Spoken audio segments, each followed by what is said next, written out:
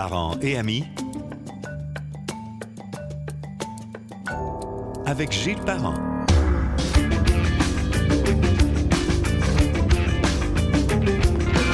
Bienvenue sur Parents et Amis, que l'on peut entendre et écouter sur gilesparent.com. Évidemment, vous allez me dire, sur Spotify, sur Google Podcast, sur Balado de Apple et le canal YouTube.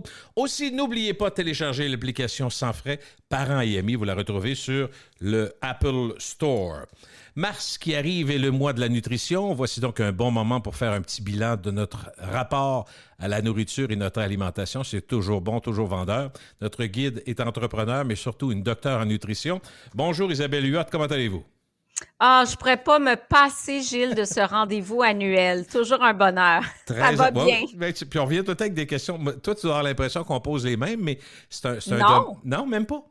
Non, parce que la science évolue, donc les questions évoluent parce que tu as lu des choses, Ah oui. puis c'est pas les mêmes que l'année passée, donc c'est parfait. Je sais que tu es très active. Les gens te savent active. Ceux qui te suivent sur les médias sociaux voient que tu aimes faire du sport quand tu peux, tu aimes donner de ton temps aussi pour des œuvres caritatives. Donc, tu es très active. Mais entre-temps, tu as aussi écrit plusieurs livres au fil des années. Tu as participé à plusieurs projets. Puis là, il y en a un qui a l'air à marcher très fort. Je veux qu'on en parle, qu'on commence avec ça. Le livre que tu as écrit avec la docteure Lynn Desautels, « Mieux vivre la ménopause ». C'est pas pour moi, mais il y a beaucoup de gens qui s'intéressent, dont ma blonde. Écoute, il y a beaucoup d'hommes qui sont venus à mon bureau, Gilles, qui m'ont dit « Écoute, je l'achète pour ma femme, pour ma blonde, c'est-tu correct? Est-ce qu'elle va être insultée? Parce que moi, je suis comme victime collatérale, là. » Non, mais ça m'étonne à moitié. Ça se peut, parce qu'évidemment, quand tu vis à deux, tu ressens ce que l'autre ressent.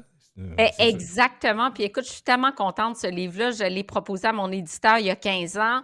Arrête. À l'époque, j'étais 15 ans? mi-trentaine. Oui, je te jure, il y a 15 ans, je voulais faire un livre là-dessus parce que moi, c'est un sujet qui m'interpelle parce que j'ai toujours eu des problèmes hormonaux. J'avais envie de traiter le sujet, j'avais envie d'aider les femmes. Il m'a dit, bon, tu seras pas crédible, mi-trentaine, ménopause. Reviens plus tard. Ben, écoute, je persévérante, je suis revenue à 50 ans. J'ai commencé ce livre-là à 50 ans. Je l'ai fini à 52. Et je suis allée chercher ma médecin de famille, ma médecin en hormonothérapie, Dr. Lynn Desautels. Je pense qu'on fait vraiment un travail, une belle collaboration, mais surtout, quand tu dis « Il fait fureur », c'est mon 17e livre. La première impression s'est vendue en 4-5 jours. Ben voyons. Hey, écoute, c'est Quel fou. beau problème. Quel beau problème. Ensuite, on était BO, donc en rupture de stock pendant plus d'une semaine. Il est revenu sur le marché. On a rempli les librairies et mon éditrice m'annonçait hier qu'on part en 3e réimpression. C'est-tu ton plus gros départ de livre? Parmi les plus gros, je dirais. Un top 5 facile, là. Oui, tout à fait. Puis je m'attendais à ce volume-là, là, parce que il y a mes livres Kilo Cardio qui ont bien marché, tu t'en souviens. On se parlait déjà à l'époque, là, ça fait quoi, une quinzaine d'années? On est un vieux couple, là, un vieux couple, nous. On se perd pas de vue. Donc, oui, un gros succès avec Kilo Cardio, avec José Lavigueur à l'époque. Puis ce livre-là, les femmes sont emballées, les hommes aussi. On offre des outils aux femmes, d'abord pour comprendre qu'est-ce qui se passe avec les symptômes physiques, psychologiques, avec les symptômes cognitifs. Parce que c'est la ménopause, là, oui, c'est les bouffées de chaleur, les sueurs nocturnes, puis on a beau en rire, il y a toutes sortes d'autres symptômes qui sont des symptômes d'anxiété, de stress, d'insomnie, de gain de poids abdominal, de douleurs articulaires, de problèmes de mémoire, de problèmes de concentration. Tout ça relié à la ménopause, Isabelle? Absolument. Tout ça, c'est relié à la chute de progestérone et d'estrogène, donc nos principales hormones féminines. Et quand ces hormones-là chutent, ben on a une panoplie de symptômes qui sont différents d'une femme à l'autre, d'intensité. Il y en a qui ont des douleurs articulaires, il y a d'autres femmes qui en ont pas. Il y en a qui ont le gros lot, c'est-à-dire qui ont l'ensemble des symptômes. Et puis, ben écoute, en parallèle du livre, j'ai même lancé un programme web avec Chantal Lacroix de 8 semaines pour accompagner les femmes. On a 1600 femmes. J'ai un Facebook Live ce soir avec ces femmes-là, Tu justement. leur parles pour les encourager. Tu es le coach Isabelle, c'est ça? Un peu? C'est coach Isabelle, mais c'est aussi Dr. Kin, notre coach kinésiologue. On a aussi Mélissa Lanier, qui est psychologue dans la région de Québec en problème d'anxiété, de stress. On a une médecin spécialiste des varices, une autre des fuites urinaires, des centres de vessie. Bref, tout ce qui se passe avec le vieillissement. Des sujets, premier niveau, mais des sujets réels. Là. Dans le fond, c'est la vraie vie. Là. Oui, des sujets réels. Puis là, les femmes disent « Hey, merci » dans notre groupe Facebook de femmes. Là, les femmes partagent tout. J'adore les lire. Écoute, ça va de la perte de libido, sécheresse de la peau, les cheveux qui tombent. Donc, sans filtre, on partage absolument tout. Et là, j'ai l'équipe d'experts qui viennent en aide. Donc, est-ce qu'il y a un lien assez direct, parce que tu as parlé de beaucoup d'éléments, mais entre l'alimentation et la ménopause? Oui, absolument. Moi, dans le livre, d'abord, première partie, Docteur Deshôtels explique qu'est-ce que ça fait, les hormones, à quel point l'équilibre hormonal est important pour la santé globale. De mon côté, j'ai pris symptôme par symptôme avec les solutions alimentaires. Donc, premier symptôme, bouffée de chaleur. Qu'est-ce qu'on met dans son assiette pour réduire les bouffées de chaleur et qu'est-ce qu'on ne met pas? Exemple, le vin va provoquer des bouffées de chaleur. Les phytoestrogènes qu'on va retrouver dans le soya vont diminuer les bouffées de chaleur.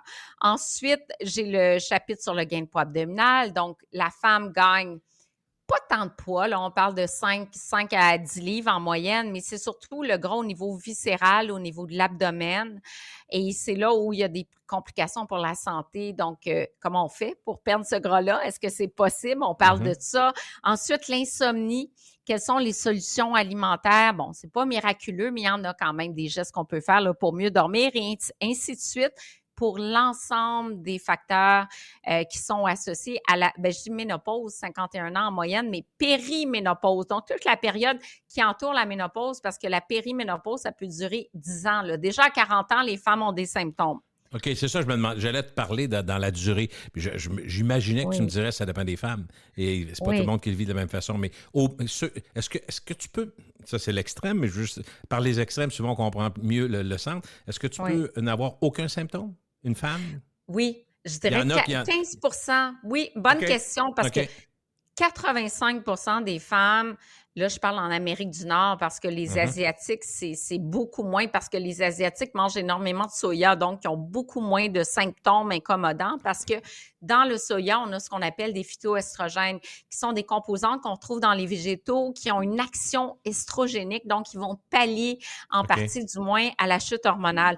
Mais ici, en Amérique du Nord, on parle de 85 % des femmes qui ont des symptômes incommodants, donc il y en a 15 % que ça se passe très bien. Puis j'en ai eu des témoignages de femmes, puis elles disent, moi, ça s'est tellement bien passé, j'ai pas eu de symptômes ou presque pas. Donc, je dirais les chanceuses. Ben oui. Il n'y a personne qui va se plaindre, mais ça peut arriver. C'est sûr, c'est toujours pareil. Puis, en moyenne, ça va durer combien de temps, les symptômes plus intenses? Et oui, c'est plus intense. Il n'y a pas de moyenne? Oui, je dirais ça peut durer, c'est souvent la préménopause qui a les symptômes les pires, donc c'est 5 à 10 ans en moyenne de symptômes qui sont intenses. C'est sûr que si on commence l'hormonothérapie plus tôt, donc là, on va chercher des hormones idéalement... On peut amenuiser peut-être. Oui, bioidentiques. Si on va chercher les hormones bioidentiques, bien là, ça va stabiliser effectivement, puis ça va contrôler les symptômes, surtout les sueurs nocturnes et tous les symptômes des troubles vasomoteurs là, qui vont être très contrôlés par la prise d'hormones.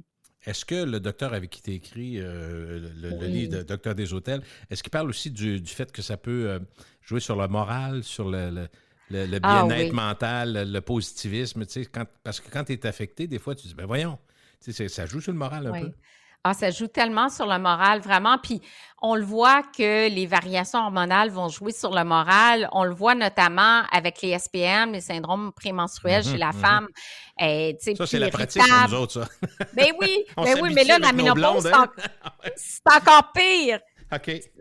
Oh oui, la ménopause, c'est encore pire, en fait, pour le moral. Et on voit beaucoup de symptômes dépressifs chez la femme, beaucoup plus d'anxiété également, beaucoup de problèmes d'insomnie qui sont reliés à l'anxiété, qui sont reliés aussi aux sueurs nocturnes, beaucoup de réveils nocturnes vers 3 heures le matin, la femme n'arrive pas à se rendormir et là, c'est le petit hamster dans la tête là, qui part, puis c'est l'anxiété qui se manifeste. Tu sais, quand tu te mets à dire, Isabelle, faut que je dorme, y a-tu pire moyen que ça?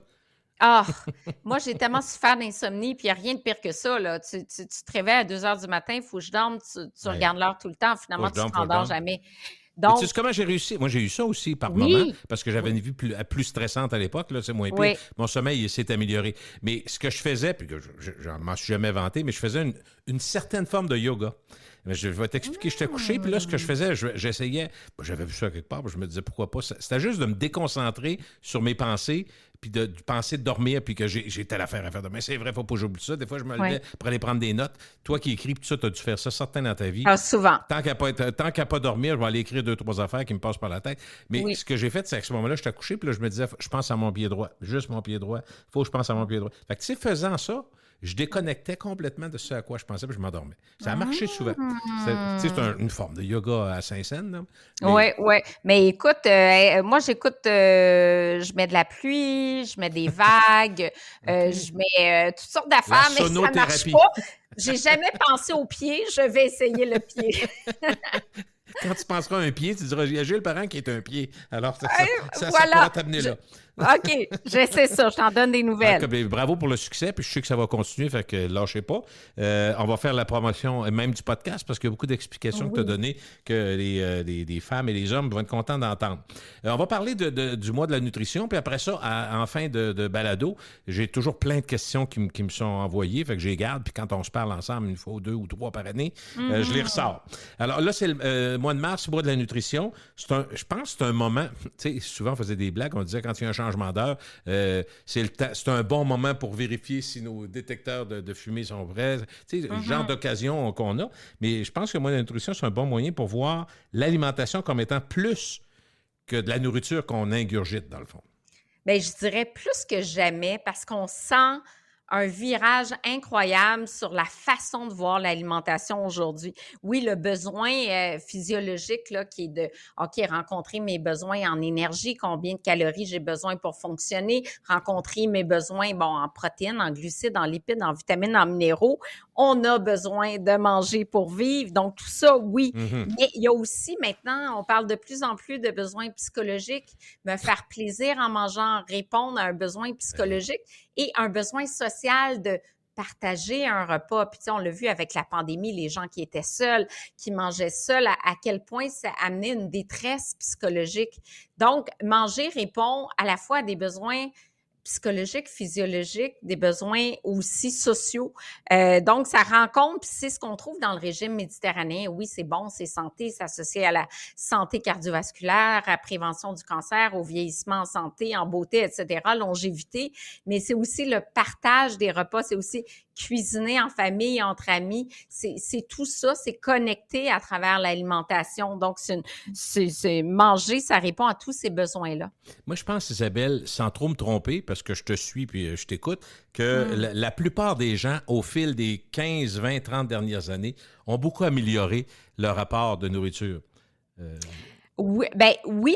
Oui et non, peut-être tu vas me dire, oui et non, je comprends ce que tu vas. Mais vas-y avec le oui et non, les deux côtés, parce qu'effectivement, il y a le côté, on a la connaissance, on a l'offre qui est immense dans les épiceries. On a une offre que nos parents n'ont même pas eu du 10e de ce que l'on a, d'une part. On a la connaissance, donc on a moins l'excuse de comme la cigarette en 1950, on en faisait la promotion, puis ceux qui ne fumaient pas, c'est parce qu'il n'y avait pas les moyens ou que ça les étouffait, mais il n'y avait pas de raison de santé. Là. On a appris au fil du temps par la connaissance que c'était mauvais. Là. Bon. Du côté de la nourriture, il me semble que c'est pareil. On a beaucoup de choses. Quand tu parlais du régime méditerranéen, il y a beaucoup de gens qui ont inclus de façon définitive, par exemple, l'huile d'olive dans leur alors qu'on n'avait pas avant. Ce que je veux dire, c'est qu'il y a des avancées dans notre façon d'être, mais en même temps, le stress, les jobs, les ci, les ça, le fast-food, ça ne fermera pas McDonald's non plus. Ça, c'est l'autre extrême. C'est ça. Bien, on voit les deux. On a tu vois plus les deux de côtés, oui.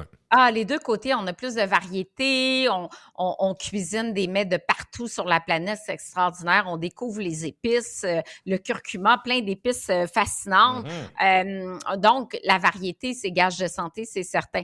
Mais en parallèle de ça, ce qu'on a vu durant la pandémie, c'est beaucoup plus de troubles alimentaires. Puis tu parles de stress, d'anxiété. C'est clair que le stress, l'anxiété peut générer chez certaines personnes des troubles de comportement alimentaire, La essentiellement boulimie, des entre autres? oui, la boulimie qu'on a vu tellement dans la pandémie avec l'isolement. La On boisson? voit où On a tombé un petit peu. Si on regarde autour de nous, l'alcool. c'est ça, je veux dire. Tu n'as pas besoin de faire une grande enquête. Tu demandes avec des chums, honnêtement, là, autour d'une bouteille de vin samedi soir. Est-ce que vous buvez plus? Tu sais, tout le monde dit, ben, honnêtement, un peu plus, oui. Puis, Oui. on était, mettons, on buvait du jeudi soir au dimanche d'habitude. Là, le jeudi soir commence le mardi. Fait que finalement, tu bois quasiment tout. Fait que, tu sais, il y a eu une Oui. prise de conscience. Là, il y a peut-être un petit retour, un questionnement, mais quand même, il y a eu ça aussi. Tout ça oui. était lié au fait qu'on nous avait enlevé beaucoup de nos plaisirs. Exactement. Beaucoup. Donc, Aller trouver du patiner, aller plaisir. dehors. Des fois, il y avait les couvre-feux. Fait que, tu sais, il y avait un sentiment de tabarouette, je suis brimé. Ce que j'aime faire comme activité, ce que j'aime aller à mon centre d'entraînement, je peux plus. J'aime voir mes amis, je peux plus. J'aime aller au hockey, je peux plus. J'aime aller au théâtre, je peux plus. Tu sais, il y a eu une bonne période de ça. On a comme gardé ça en dedans en se disant, ben, je vais me faire au moins plaisir. Ça va me faire plaisir. De se faire plaisir, tu as raison, à travers des desserts sucrés, des douceurs qu'on cuisinait à la maison, beaucoup plus d'alcool. Ouais. Là, il y a comme un virage dans l'alcool avec les nouvelles recommandations qui ont été publiées, qui ont soulevé beaucoup de controverses. Tu sais, à l'effet que finalement, la plus faible, la consommation qui est associée au plus faible risque pour la santé serait 2 consommations alcoolisées par semaine. Là. C'est assez drastique comme j'ai changement. pensé à toi quand ça sortit, ce jeu. J'ai pensé à toi, je me suis dit, le mot équilibre qu'elle me répétait tout le temps. Donc, l'équilibre. Ah oui. Probablement qu'elle Mais va là, me dire. deux, je trouve ça non, un par peu semaine, oublie ça. intense. Là. Non, de toute façon, il n'y a personne qui va faire ça. Là. Ceux qui boivent. Je ne te dis pas Ben ceux qui oui. ne boivent pas. Par Ben contre, ça amène une prise de conscience. On en parle. Voilà. Moi, je pense que c'est important. On en parle entre amis, on en parle. Et l'autre chose dont on parle, en parallèle, c'est le nombre de boissons de qualité sans alcool. Ah Parce oui, qu'ils ont ben, changé le processus, ça a tout changé. Quand les compagnies de bière, entre autres, ont compris qu'ils allaient faire leur bière jusqu'au bout puis enlever l'alcool à la fin, là, ils arrivaient avec un goût remarquable et je me suis fait prendre par ma blonde. Une Corona avec un petit peu de lime fraîche, une glace dedans, dans le temps des fêtes. J'ai bu ça, j'ai dit, c'est bon, une Corona. Elle dit, t'es-tu rendu compte que je t'ai mis 0 pour ça? J'ai dit, arrête de me niaiser. OK. Je me suis fait prendre. C'est la première fois de ma vie que ça m'arrivait. Bon, donc, le goût est là. Le goût est là dans la bière, ce qui n'est pas dans les vins désalcoolisés. Ben non, pas les vins, mais les gins sans alcool. Ma blonde en prend, puis je dois avouer que ça passe. Oui, moi je trouve qu'il y a, écoute, tu sais, les breuvages atypiques, il y a eu une évolution, plein de beaux produits québécois dans le domaine du sans-alcool qui sont vraiment chouettes. Il y en a plusieurs, qui font le mois sans alcool. C'est une prise de conscience, comme tu dis, de dire, bon, pourquoi je bois? Est-ce que je bois trop? Est-ce que je suis rendue à 2-3 verres par jour alors qu'il ne faudrait pas dépasser 1, voire puis quelques journées sans alcool idéalement? Donc, juste cette prise de conscience-là après la pandémie, je trouve que ça fait du bien. Là, de là à dire 2 verres par semaine, trop sévère. On sait qu'il y a un impact qui est quand même positif sur la santé cardiovasculaire, mais c'est toujours en modération, bien sûr. Puis bravo pour l'évolution des drinks sans alcool, mais attention, il y en a qui ont beaucoup de sucre. Donc, regardez, tu sais, remplacer l'alcool par une boisson gazeuse, c'est pas mieux, là. Non, ben non. Il y a plein de sucre là-dedans, puis il n'y a pas grand-chose de bon non plus. Mais dis-moi, est-ce que, je te pose la question parce qu'elle me vient en tête, le fait, par exemple, là, je vais exagérer juste pour qu'on comprenne mon point. Mettons, je me dis, moi, je ne bois plus d'alcool, mais je prends 7 bières sans alcool par jour. Tu vois bien que j'exagère là, dans ce que je dis.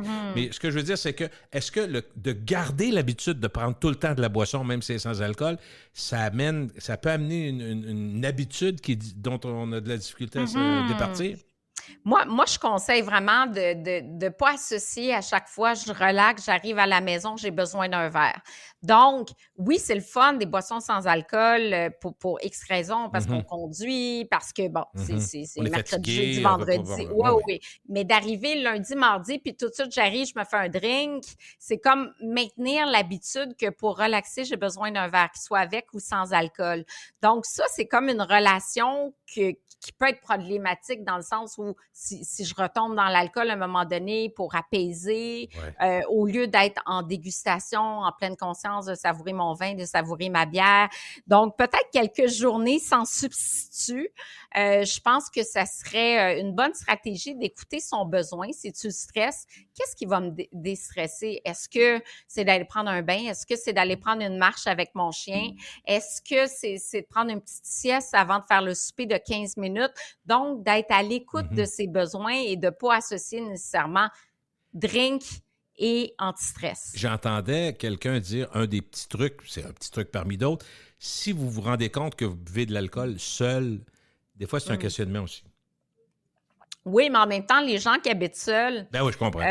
Faut pas qu'ils se Ils privent. peuvent siroter, ben non, ils peuvent siroter un verre de vin. Ben voilà, parce que tu dis, bon, ben parce que je suis célibataire ou seule, j'aurai pas ce petit plaisir-là. Donc... Mais c'est peut-être plus des gens qui sont habitués, qui ont des grosses familles ou entre amis, mais qui boivent entre amis, mais j'allais dire en hypocrite sans trop en parler, boivent seuls. Ben là, à un moment donné, tu dis peut-être que c'est pas idéal. Non, c'est pas idéal, mais il y a beaucoup de buveurs sociaux, hein. Donc, à l'époque, c'était cigarettes sociales. Là, maintenant, c'est buveurs sociaux. Donc, je bois quand j'ai des sorties, quand je vois des amis. Puis ça, c'est vraiment une façon de modérer aussi sa consommation, là. OK, dis-moi, avec l'inflation, j'ai pas le choix d'en parler. C'est à toutes les fois qu'on fait l'épicerie, on le voit. Est-ce que tu as crainte, toi, comme docteur en nutrition, puis tu travailles avec le public, là, que les gens fassent des choix un peu moins valable au plan nutritionnel parce que ça coûte très cher? Ah oui, c'est pas évident pour les familles aujourd'hui. On parle de plus de 10% de montée des prix en épicerie.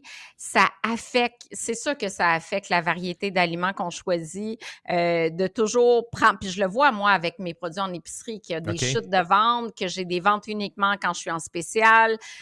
On le ressent, c'est clairement, la variété va diminuer, les gens ont tendance à aller même retourner des fois sur un pain blanc en promotion alors qu'il est habitué au pain de grains entiers. Il y a des solutions. Les solutions, ça passe par les protéines végétales. Encore faut-il les aimer, les apprécier, mais tout ce qui est légumineuses, c'est pas cher, surtout quand on les prend, les légumineuses sèches, donc on va... mettre dans l'eau et puis faire cuire, mais c'est des étapes de plus. Les légumineuses, la PVT, protéine végétale texturée de soya, qui est pas cher non plus. C'est sûr que diminuer la viande, manger moins de viande, diminuer les portions de viande, ça peut faire une nette différence. Se tourner vers les fruits et légumes surgelés également. Les légumes racines, pommes de terre, betteraves, navets, rutabaga, le chou. Donc, de changer un petit peu ses habitudes pour dire, je vais y aller avec des aliments qui sont plus économiques. Et puis, au lieu d'acheter des produits du commerce, notamment pour les biscuits, pour les barres tendres, de les cuisiner à la maison, on épargne déjà beaucoup. Absolument. Je voulais te parler, tu as parlé de produits congelés. J'ai remarqué, quand je fais l'épicerie autour de moi, d'abord, il y a plus d'espace que jamais en congélateur, donc il y a plus de produits, j'imagine. Et moi, je suis pas mal plus dans le congelé aussi, surtout pour les légumes, parce que je suis un amateur de soupe, tu le sais. Puis, par exemple, je peux pas battre moi, j'aime beaucoup les épinards. Puis les épinards, souvent, sont très, très chers quand ils sont frais. Puis ils me semblent tout à fait aussi bons, si je regarde les valeurs nutritives, quand ils sont congelés. Puis c'est parfait pour faire de la soupe, là. C'est tellement pratique. Ben oui. Moi, j'adore, là. Brocoli et épinards, on m'a dit que c'est dur à battre, là. C'est dur à battre. Puis moi, j'aime beaucoup les mélanges déjà faits de légumes précoupés pour soupe. Genre asiatique ou soupe ou n'importe quoi. Ah oui, mais soupe, déjà précoupée, là. Oui. Écoute, tu sais, quand tu dis tu te fais une soupe aux légumes, là, et puis que tu lances Sacre un bouillon de poulet là-dedans, puis c'est réglé. Voilà.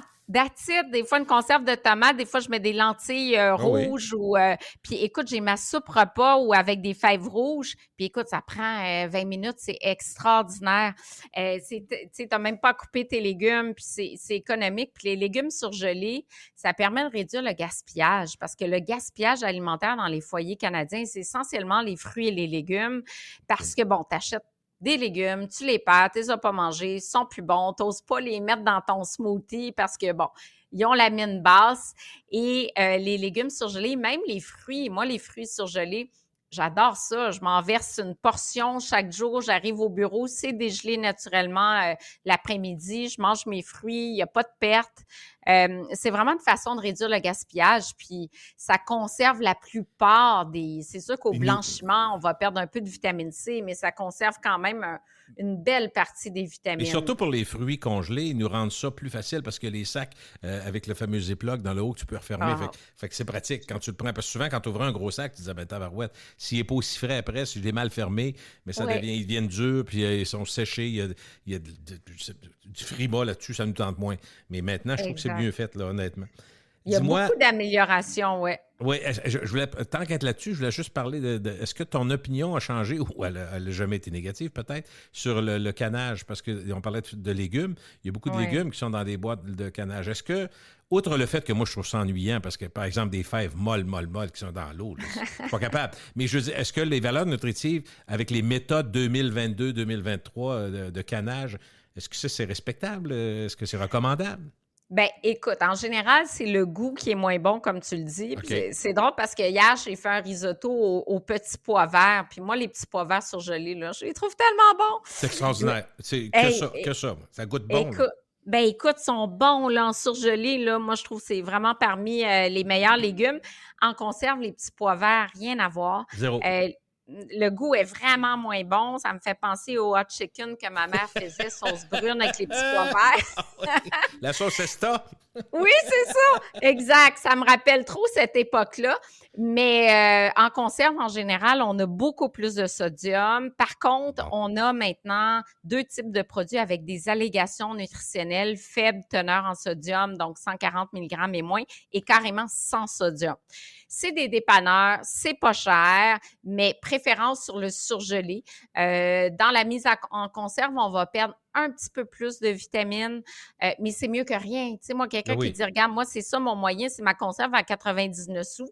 Bien, c'est vraiment mieux que rien. Moi, j'aime mieux quelqu'un qui donne ça que des frites à ses enfants parce que c'est ce qu'il peut se permettre cette semaine-là à l'épicerie. OK. Parce que tu parles des frites, puis je sais que c'est un intérêt pour les enfants, pour les familles, puis ils se mangent, on fait des festivals de poutine, puis à gauche, puis à droite.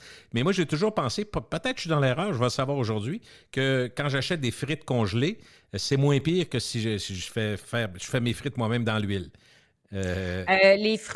Les frites congelées cuites au four, effectivement, tu vas avoir beaucoup, beaucoup moins de gras. C'est ça que je veux dire, j'ai mis au four, là, c'est-à-dire, c'est ça, je fais cuire au four. Mes enfants disent, c'est pas aussi bon que... Mais je trouve que c'est un compromis, je trouve, pour la santé.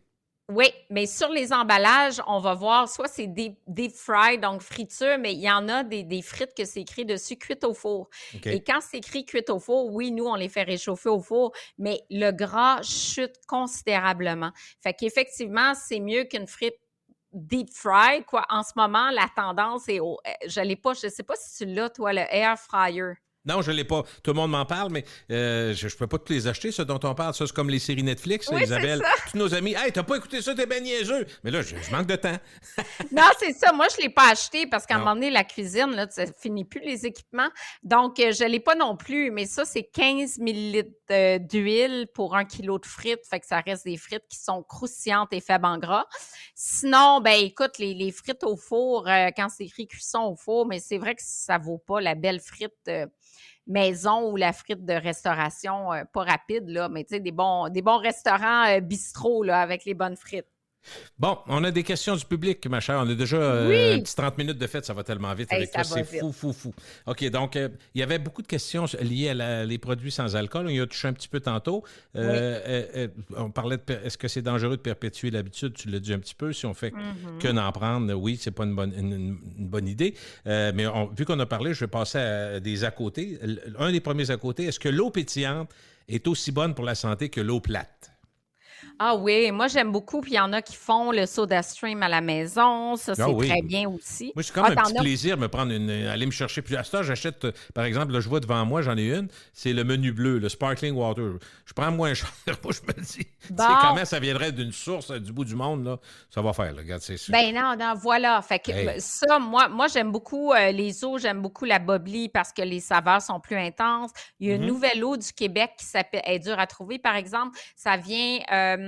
je pense qu'elle vient de la baie James. C'est Honey Bee. C'est une eau qui ressemble à la Bubbly. Puis en plus, c'est québécois. Et qu'est-ce qu'elle a de plus? Elle a un goût différent ou quoi? Bien, le goût est plus intense. Tu as beau prendre du Perrier lime ou tu as le choix du président lime, orange. On Ouais. dirait que les saveurs, même si c'est des saveurs naturelles, mais sont très, très subtiles. Et pourquoi la bubbly marche autant, Ça goûte notamment... plus, c'est ça? Ouais, il y a plus d'arômes dedans. Fait que les jeunes aiment ça. Puis, mon Dieu, s'ils prennent ça au lieu d'une boisson gazeuse, Ben tant oui, mieux. ben oui. Et la Honeybee, regardez ça sur le web, Honeybee, Honeybee, c'est vraiment une eau aussi intense en saveur, avec des saveurs un peu plus Et pas flyées. sucré, là. Il n'y a pas de sucre là-dedans. Zéro sucre.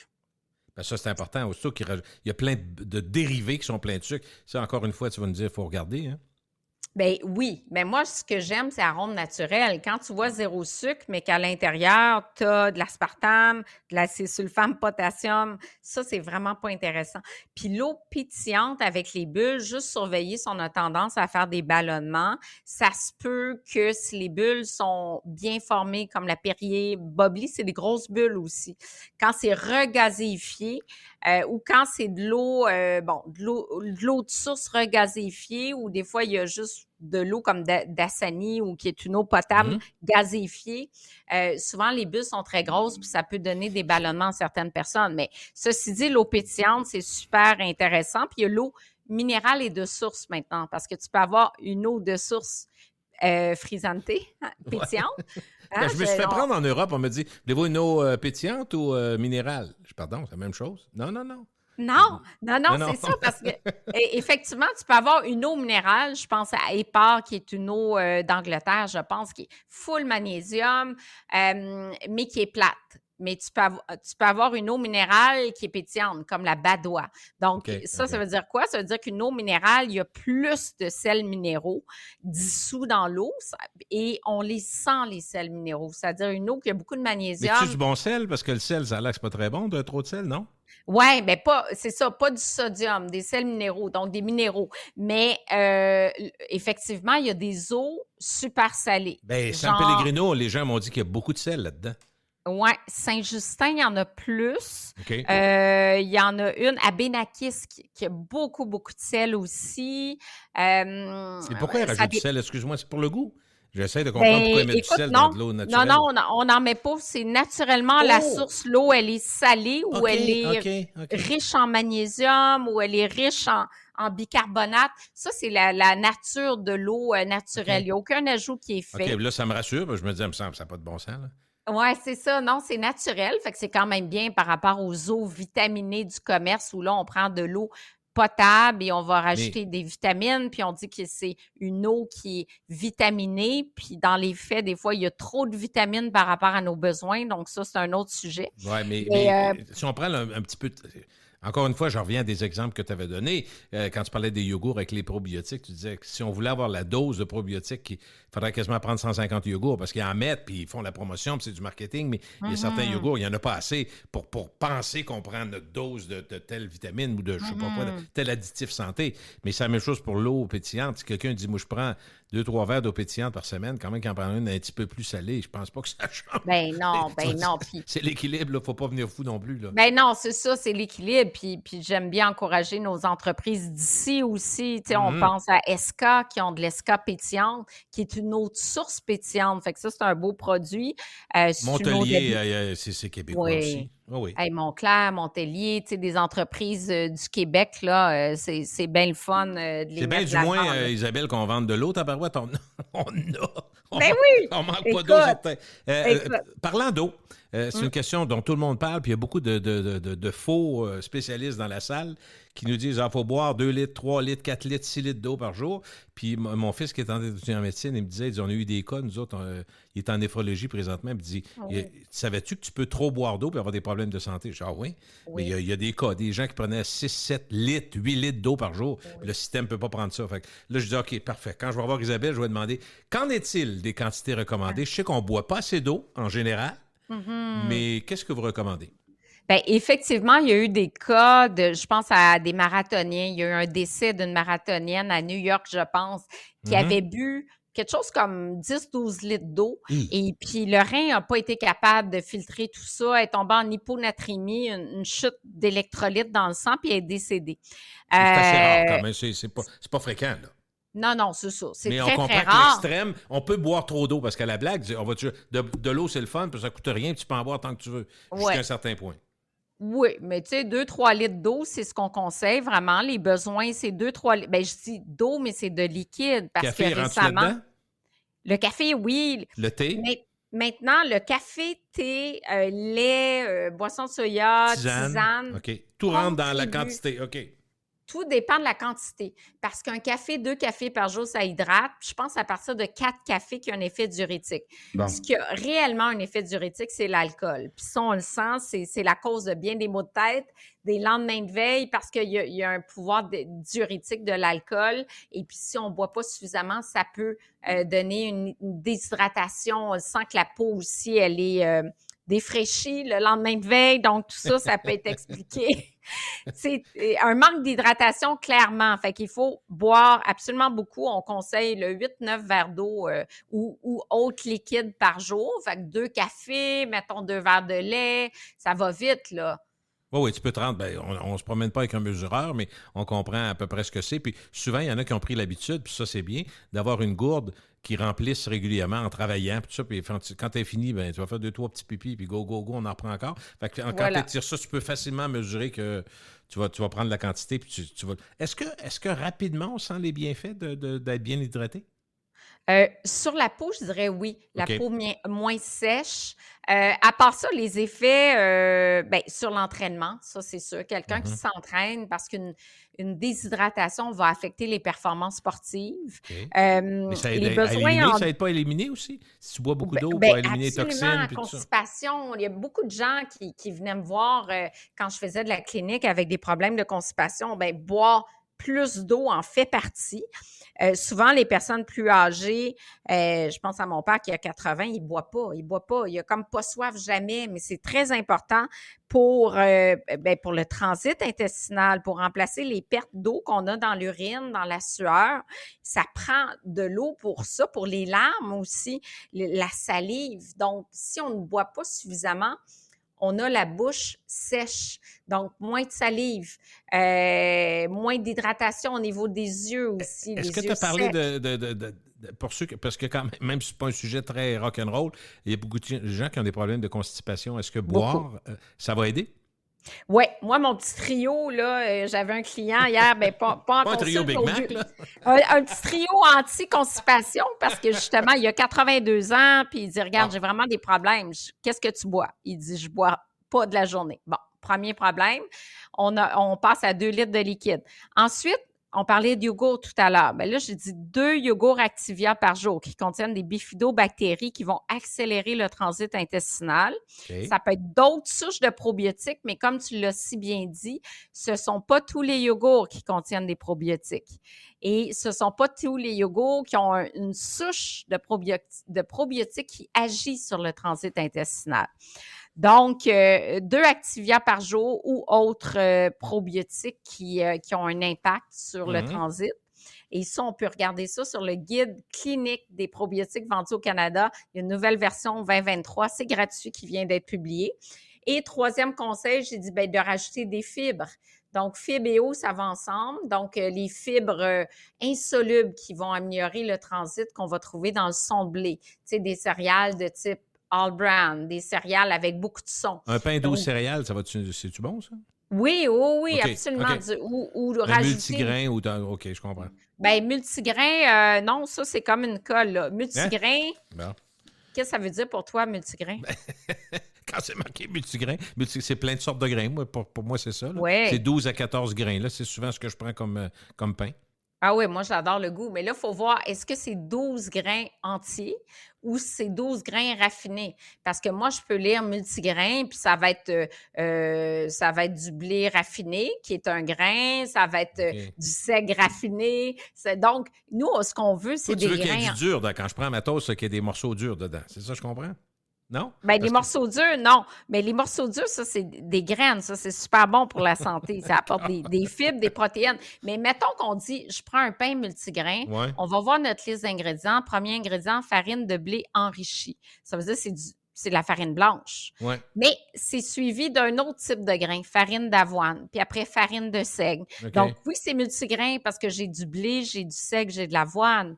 Mais par contre, ce ne sont pas nécessairement des grains entiers. Comprends. Fait que ce qu'on veut, nous, c'est des grains qui ont les 3 enveloppes du grain, donc l'enveloppe externe qui est super... Mais ça va être marqué comment je trouve ça sans me mêler? Là, déjà, je suis perdu dans ce que tu dis. Là. Ah, Mais bon. Ben, quand je vais acheter un pain puis que je veux avoir le meilleur pain, au goût, mais pour la qualité aussi. ben pour la qualité, là, parce premier qu'il y en a ingrédient... beaucoup, c'est rare, là, ce que tu me racontes. Ouais, grain entier. Donc, ou OK. farine intégrale ou grain entier avec le germe. Et puis, ben, du bon. Mais je vais regarder du bon... grain entier, ça va m'aider là, déjà avec ça. Parfait. Ben oui, OK. ben oui. Puis écoute, si tu prends du Saint méthode, tu as une longueur d'avance. OK. Bon. OK, lâchons le pain puis allons au lait, parce que c'est un autre questionnement que tout le monde a. On peut-tu boire du lait? On en a parlé avec ma belle-mère récemment. On peut boire du lait tant qu'on veut. Je ne sais pas si on peut. L'âge peut-être joue, là, mais moi, naturellement, je bois moins de lait. J'en mets dans mon café un peu, puis dans les céréales à l'occasion. Mais je me rends compte que ça n'a rien à voir avec mon enfance. Probablement que c'est pas complètement fou non plus. Mais est-ce qu'on peut boire sans réserve du lait? Hey, moi, j'adore le lait. T'sais, on a beau parler tout l'engouement pour la boisson de soya, mais le goût un café latte, là. Il n'y a rien qui bat le vrai lait, là. Non, Puis non. ce que j'aime du lait, c'est quand même naturel versus les boissons végétales qui sont, oui, intéressantes, mais beaucoup plus transformées quand tu regardes la liste d'ingrédients. Le lait, tu sais, je me souviens des campagnes de lait, un verre c'est bien, 2 c'est mieux, puis même des campagnes pour le lait au chocolat. On s'entend, le lait au chocolat, c'est beaucoup trop sucré. Ce qu'on a vu, c'est que dans une étude, les hommes qui prenaient 4 verres de lait par jour, donc 1 litre de lait par jour, il y avait une hausse du risque du cancer de la prostate. Bon, là, dans faut les... qu'ils mangent des tomates à ce moment-là, ça va compenser. Ouais! Parce que les tomates, c'est un des meilleurs aliments pour contrer. Mais tu as tellement raison. Tant que c'est pas ensemble, me semble, verre de lait avec une salade de tomates bocconcini, ça fit moyen, là. Non. Mais ceci dit, le lait, tu as des protéines, tu as de la vitamine B12, tu as de la vitamine D, le lait est enrichi en vitamine D. C'est un bon aliment. Il y en a qui sont intolérants au lactose, donc du lait sans lactose. Il y en a qui sont intolérants à la caséine, qui est une protéine dans le lait. Maintenant, il y a une tendance vers le lait qu'on dit A2. C'est un lait qui arrive de Nouvelle-Zélande. On en produit dans une petite région au Québec aussi. C'est des vaches homozygotes qui vont produire un type de lait qui, pour certaines personnes qui ont une intolérance à la caséine, réagirait moins à ce, ou pas du tout à ce type de lait. Fait que ça, c'est tendance. Mais moi, je dirais 1 ou 2 verres de lait. Moi, je prends 2, 3 lattés par jour facilement avec du lait 1%. Et puis, il y a du lait plus protéiné. Je parlais de mon père qui a 80, qui a tout perdu sa masse maigre. Ben lui, j'achète du lait à, je pense, c'est 16 grammes de protéines. Donc, c'est beaucoup plus intéressant si on mange peu de viande, par exemple. OK, donc ça va compenser pour autre chose. Mm-hmm. OK, parfait. Exact. Est-ce que c'est vrai, j'ai une autre question ici, est-ce que c'est vrai que ceux et celles qui petit déjeunent ont tendance à avoir moins faim durant la journée? C'est drôle parce qu'il y a une étude, j'ai lu cette étude-là récemment, puis là, ça va à l'inverse du jeûne intermittent qui est l'approche la plus populaire en nutrition actuellement. En fait, ce que j'ai envie de dire, c'est que les études changent constamment. Donc, cette étude-là dit on déjeune, on a moins faim. D'autres études disent les gens sur le jeûne intermittent qui ne déjeunent pas. Ça, c'est ceux qui ne mangent pas avant midi, c'est tout ça, là? Parce que mon fils, c'est une affaire de même, là. Lui, il dit je me lève le matin, je déjeune pas, puis quand j'ai faim le midi, je mange, je prends 2 repas par jour. Puis qu'est-ce qu'il voit comme différence? Sais-tu quoi? Je n'ai même pas demandé. Est-ce que tu aimes ça? Oui, parce que ça fait au moins 1 an et demi qu'il fait ça. Je sais pas. C'est pas une religion, là. C'est ça. Non, mais c'est ce que j'aime mieux de cette approche-là par rapport à l'approche cétogène, c'est que c'est pas une religion. Je trouve qu'il y a plus de flexibilité chez les gens qui pratiquent le jeûne intermittent, puis il y a plusieurs façons de le pratiquer, mais la façon la plus courante, c'est vraiment de faire, je mange entre midi et 8 heures, donc je mange durant une période de temps limitée de 8 heures, je jeûne durant 16 heures. Et dans ce jeûne-là, il y a des adaptations métaboliques qui pourraient améliorer la résistance à l'insuline, la glycémie, diminuer l'inflammation. On a des études qui commencent à sortir qui sont quand même intéressantes. Et grosso modo, les gens finissent leur journée en mangeant 350 calories de moins parce que tu n'as pas déjeuné, donc mettons que tu épargnes 400, 450 calories. Ensuite, oui, tu manges peut-être un peu plus le midi ou le soir, mais grosso modo, tu ne grignotes pas le soir. Et on sait qu'on aime ça, nous, grignoter le soir. En tout cas, plusieurs personnes, moi, je ne mange pas du tout après le soir, après le souper, mais il y en a plusieurs qui vont grignoter en écoutant les émissions le soir. Donc, tu finis ta journée en déficit énergétique, ce qui amène une perte de poids. Il y en a d'autres, l'étude que tu viens de citer, où tu déjeunes et ça coupe ton appétit pour les autres repas. En fait, ça dépend des gens. On personnalise beaucoup l'alimentation aujourd'hui, Gilles, c'est beaucoup. Ça dépend comment tu bouges aussi. Si tu fais 15 000 pas par jour, Oui. tu vas avoir un peu plus faim que si tu ne bouges pas. Voilà. J'imagine. Ben oui, puis si le souper est très léger, genre une salade, poulet grillé ou poisson, un souper très léger, ben le matin, tu as le goût de manger, tu as faim. Donc, j'ai envie de dire, écoutez-vous, est-ce que le jeûne intermittent, c'est pour vous? Ça dépend. Il y en a qui, naturellement, me disaient, ben moi, je me forçais le matin parce qu'on disait que le petit déjeuner était le repas le plus important de la journée. Bien, forcez-vous pas. Écoutez votre corps. La faim se présente naturellement à quelle heure? Ah, à 11 heures le matin. Bon, ben là, on adapte l'alimentation. Il y en a qui vont dire, OK, ben, je vais déjeuner à 11 heures, j'arrête de manger à 19 heures, ça me permet de pas de grignoter le soir. Puis c'est comme une façon aussi plus facile que de suivre son apport en calories parce que ça peut être complexe pour plusieurs personnes.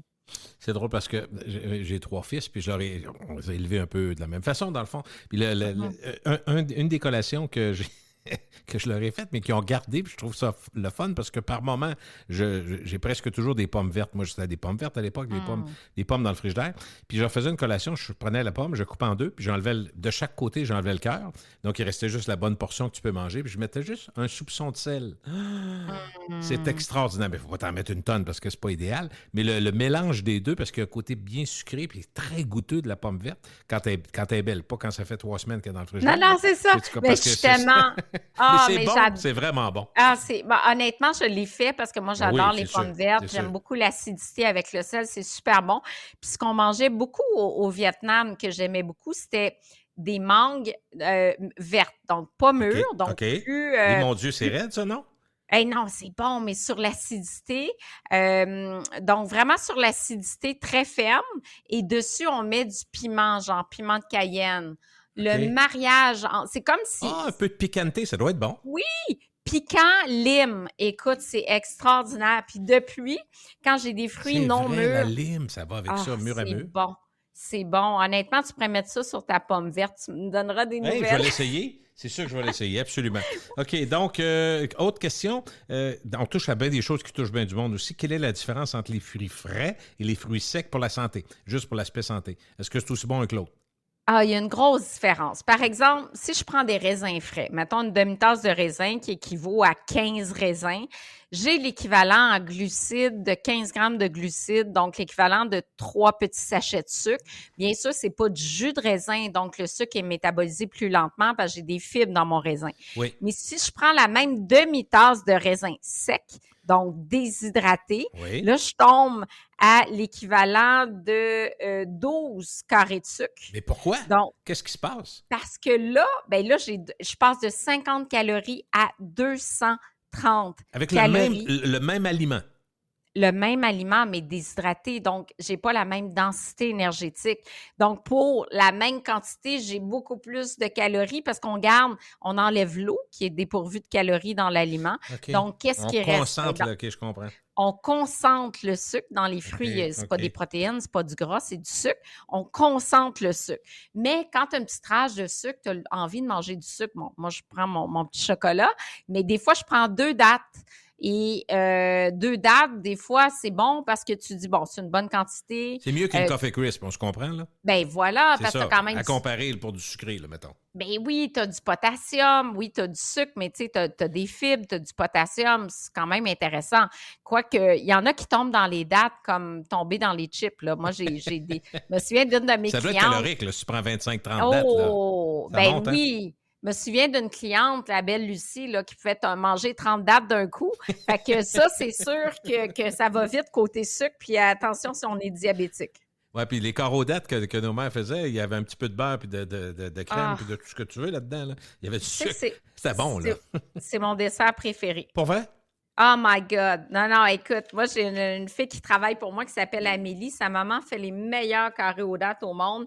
Et quand elle veut me gâter, elle m'amène des carrés aux dattes. J'adore ça.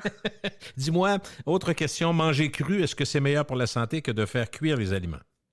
Bien, je dirais que ça dépend. Manger cru, oui, on a la totalité des Parce qu'on vitamines. mange plus mais en- cru qu'avant, c'est ça que je voulais dire. Là. À cause Ouais, des plus. sashimi, les poissons, les sushis. Ah, cru Ça. comme ça. Parce que Ben, là, j'allais dire cru. Mettons que ton fruit, ton légume, si je ne suis pas encore dans le poisson, arrive non, de je comprends. Californie, il a Ouais, voyagé ouais. beaucoup, il a perdu déjà des C'est vitamines. l'ensemble de l'œuvre que je parle. Là, je suis allé Ouais. sur les protéines, mais allons-y sur les légumes aussi, surtout. Oui, ben oui, parce que bon, cru, tu as tes vitamines, surtout quand c'est cueilli à pleine maturité dans nos beaux champs au Québec ou même les produits de serre. Il y en a de plus en plus de la sériculture au Québec. Mais par exemple, la tomate, quand elle est cuite, tu parlais du cancer de la prostate, ben là, on a davantage de lycopène. Le lycopène, ben c'est une composante de la famille des caroténoïdes qui a un impact sur la réduction du risque du cancer de la prostate. Puis surtout quand la tomate est cuite avec de l'huile, comme de l'huile d'olive, c'est mieux assimilé. Surtout la famille des vitamines A, là, tout ce qui est même lutéine, zeaxanthine, sont bien absorbés quand c'est cuit. Fait qu'il y a des avantages pour les deux. Du côté du poisson, ce qui nous intéresse dans le poisson, c'est essentiellement les oméga 3.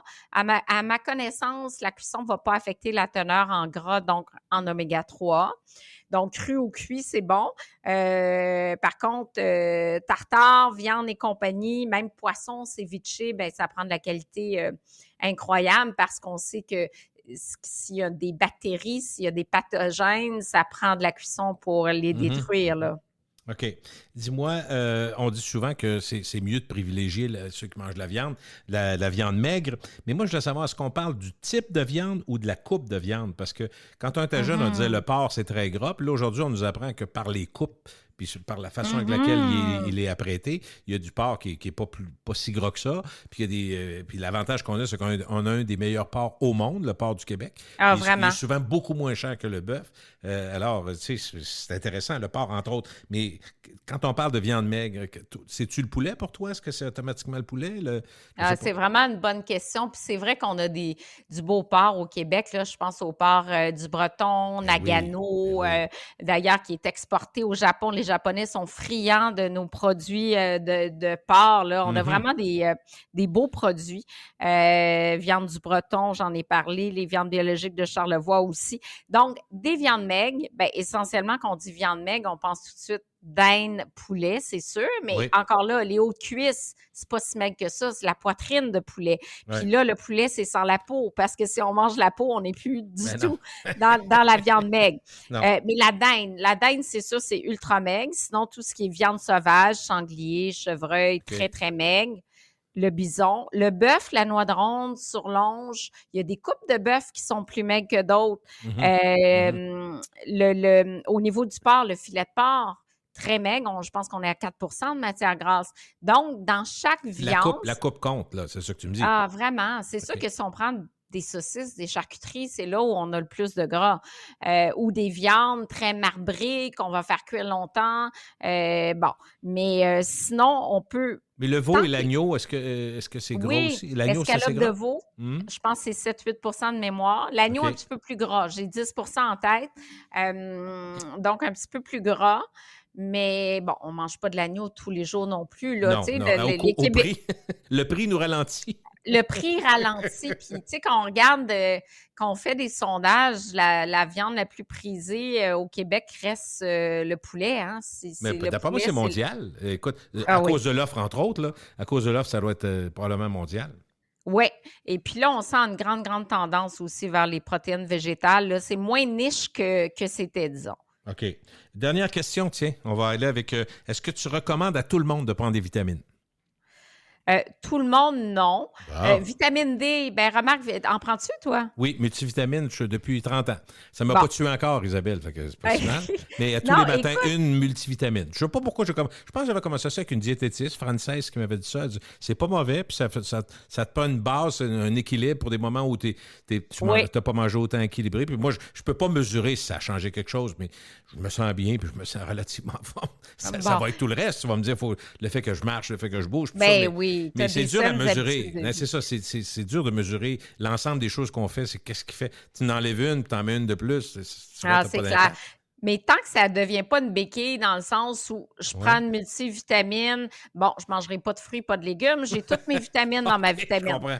Tu sais, il y en a comme Un ça. compensateur trop fort, là, c'est ça? Voilà. Mais moi, je prends le multivitamine 50 ans et plus.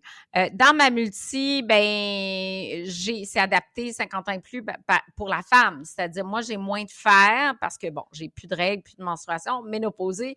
OK. Donc, j'ai besoin de moins de fer T'as qu'une un bout femme. de réglé, toi, là. J'ai un bout de réglé. Fait que, tu sais, c'est sûr que moi, le fer, moi qui avais toujours tendance à l'anémie parce que j'ai jamais mangé beaucoup de viande, bien ça, c'est réglé.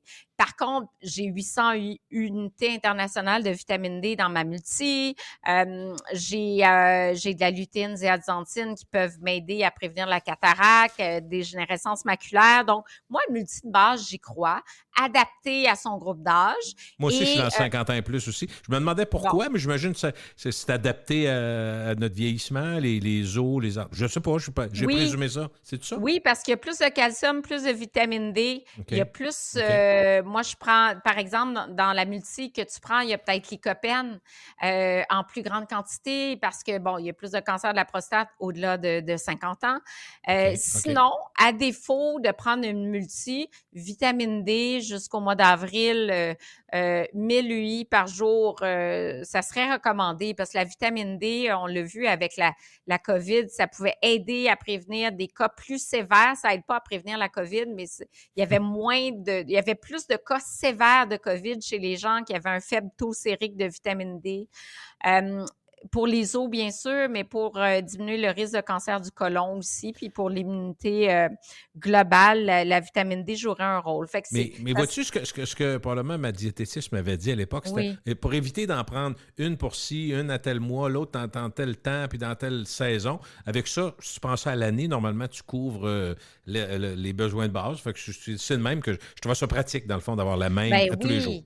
Ben oui, c'est pratique. Puis il y a une grande étude en France qui s'appelle Suvimax où on a suivi 13 000 Français pendant 8 ans. OK? Et un prenait un placebo, donc une pilule de sucre. L'autre prenait une multivitamine. Et puis, bon, chez les femmes, il n'y a pas eu d'impact sur le taux de mortalité, cancer, etc. Chez l'homme, il y a une diminution du risque de cancer de 30 Et c'est mon Dieu, c'est beaucoup quand on regarde C'est beaucoup. sur l'ensemble. Ben oui. C'est beaucoup.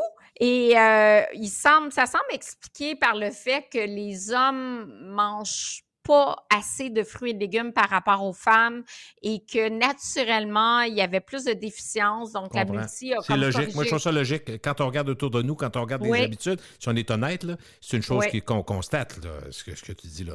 Oui, oui, oui, absolument. Les hommes, en général, en consomment moins que les femmes. Donc, ça peut expliquer cette relation-là sur la diminution du risque de cancer, là. Alors, c'est une bonne nouvelle. Je vais continuer. Tu viens de m'encourager là. Oui! Merci beaucoup. Merci Isabelle. Et bon Hey, mois de la nutrition. Hey, merci, c'est toujours un bonheur. Puis je te dis à bientôt, j'espère. Au revoir. Bye.